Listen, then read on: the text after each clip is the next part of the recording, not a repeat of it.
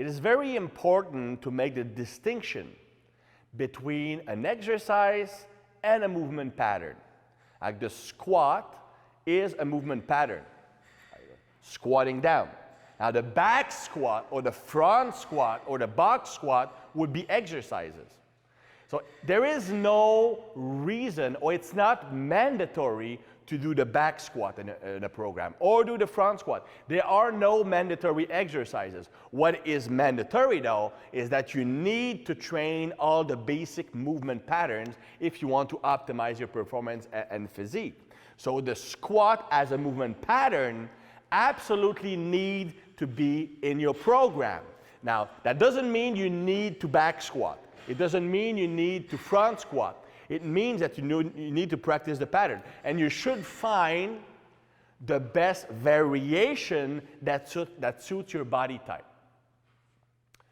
If I'm someone like me with short legs and a long torso, the back squat will be a very effective exercise because short legs, long torso, you can naturally stay more upright when you're squatting down. So for me, the I-bar back squat with a upright torso would be the best variation to use because it will allow me to equally target all parts of my lower body. If I were to do a powerlifting low bar back squat where I have more hip dominant squatting where I lean more forward, it's not a good variation for me because I have a long torso.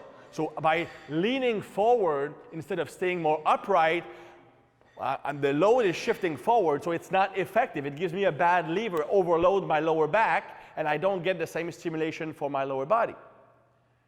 If you take the opposite body type, someone with long legs and a short torso, they won't be able to do a high bar back squat with an upright torso, or the knees will shoot so far forward that it's a lot of stress on their knees.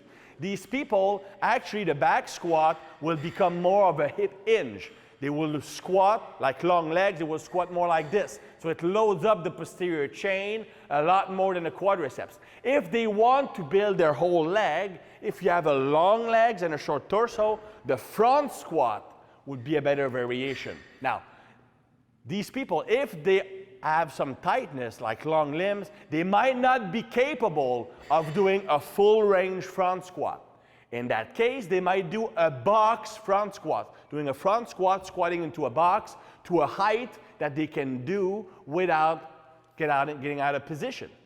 So there are no mandatory exercise. It's all about finding the best way for you to train a movement pattern. And you know what? It might just be a goblet squat, just holding a kettlebell here and squatting down, because you might not have the torso strength to hold a back squat or a front squat properly. It doesn't matter as long as you are training the movement pattern. But you have to understand that if I'm selecting a certain type of squat, I might need to add auxiliary exercise to compensate. For example, if I'm doing mostly a front squat, I might need some posterior chain work to make sure that everything is in balance.